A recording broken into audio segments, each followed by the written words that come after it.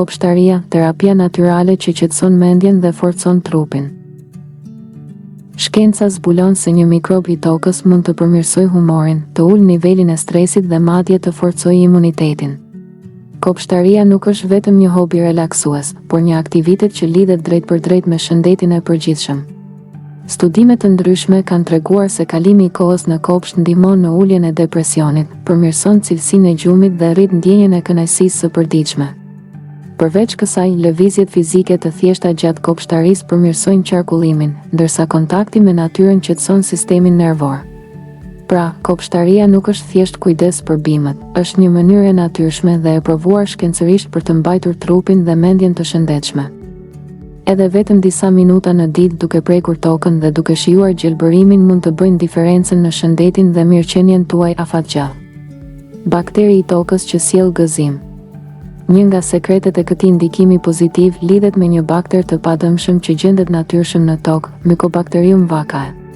Studimet të publikuara në revistën Neuroscience treguan se kontakti me këtë mikrob stimulon prodhimin e serotoninës, hormonit që lidhet me ndjenjen e lumturisë dhe relaksimit.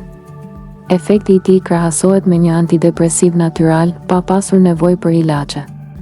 Ky bakteri hyn në trup kur ne e thithim përmes ajrit apo përmes kontaktit të lëkurës me tokën.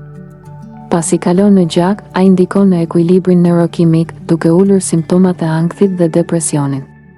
Përfitimet përtej gjendjes shpirtërore.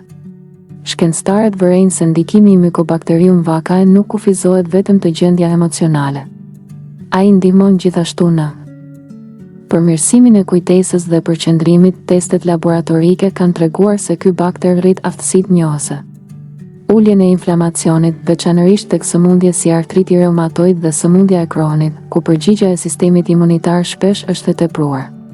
Forcimin e imunitetit. Johns Hopkins Medicine thekson se mikrobët e dobishëm të mjedisit ndihmojnë në rregullimin e mekanizmave mbrojtës të organizmit. Efekt që zgjat me javë.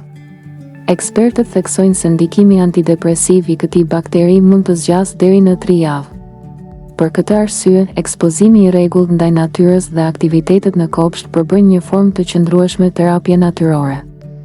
Mbështetje për pacientët kronik.